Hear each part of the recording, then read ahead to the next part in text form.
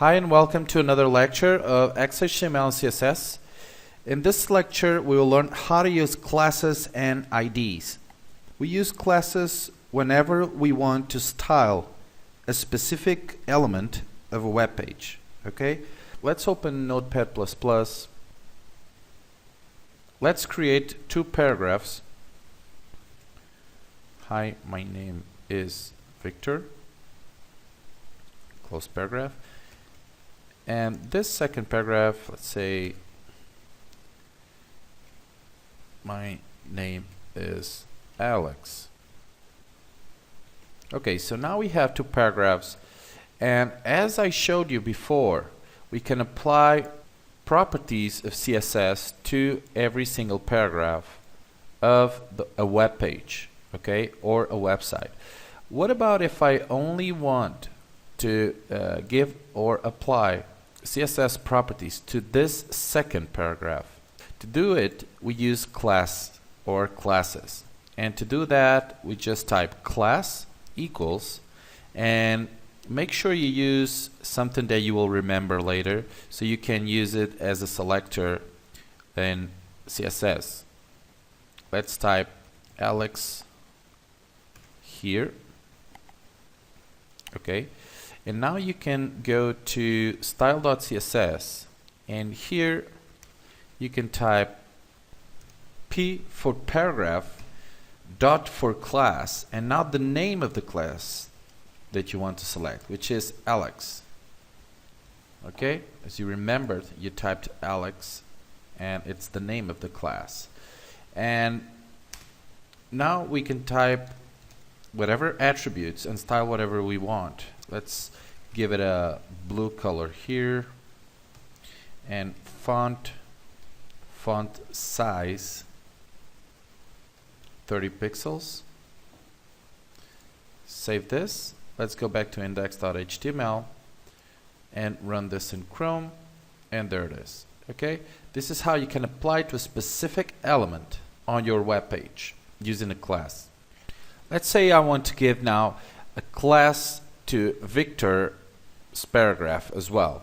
So I can type here class equals, and here I type another name, Victor. Now I want to give different properties or attributes to a class Victor and some other properties to class Alex. So I want to style them differently. So what I do is go to style.css and now create P Victor,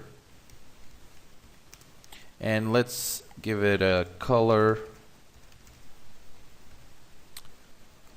orange, semicolon, and font size 30 pixels. As you'll see, if I go back and save this and launch this in Chrome, here it is. Perfect. Has applied perfectly all the properties that I gave them. So this is how you can give and define properties or attributes and style specific elements with classes in your XHTML code. You can also use, let's say, different tags like h1. Let's say I want to give a class as well Victor to this h1 and hi world. Save this, and here instead of paragraph Victor, we just take the P out and use the dot. Dot means every single class that is named Victor. Apply this. So if we save this and go back, this one, the first paragraph, and this h1 element will have the color orange and 30 pixels. And there it is, working perfectly, orange, orange, and yellow. Okay, so you can have the same class for different elements on your web page. Okay. Now, what about IDs? IDs are basically very similar to classes and work very similar. The only difference is that when you use an ID, you have to change, instead of dot, let's give it an ID to all of these.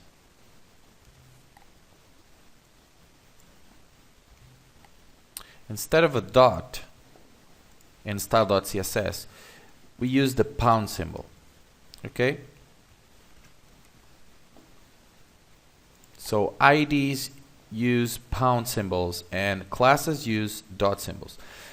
Now, the difference between IDs and classes is that classes can be used several times, or the same class can be used several times in different elements on your web page.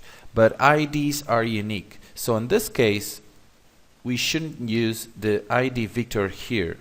Okay? Victor can only be used one time. So in this element, we should use some other name. World. Okay? Make sure you use IDs for only unique elements. Okay? And you only use the name ID or this name ID once on your web page. Another tag I should talk to you about is the span tag. And the span tag is used when you have to change or apply styling to an inline element or word inside, let's say, a paragraph. So let's say I want to change this HTML here and style it. So I use the span tag here. Okay, so span and close span here. Now I can style however I want the HTML word, and I'm going to use a class. I'm going to name this class span tag and save it. Let's style it and go to CSS file, and let's type dot for class and then the name of the class, which is span tag, curly braces, and now I'm going to give it a, let's say, a font size 40 pixels and maybe some color. Let's save this. Let's return to the contact.html, launch in Chrome, and go down here, and here it is. Okay, so it has applied to an inline element, and this is the recommended way whenever you want to style something that it's an inline content. Okay, guys, so this is all for now, and hope you guys continue to practice, and we see you on the next lecture. Bye.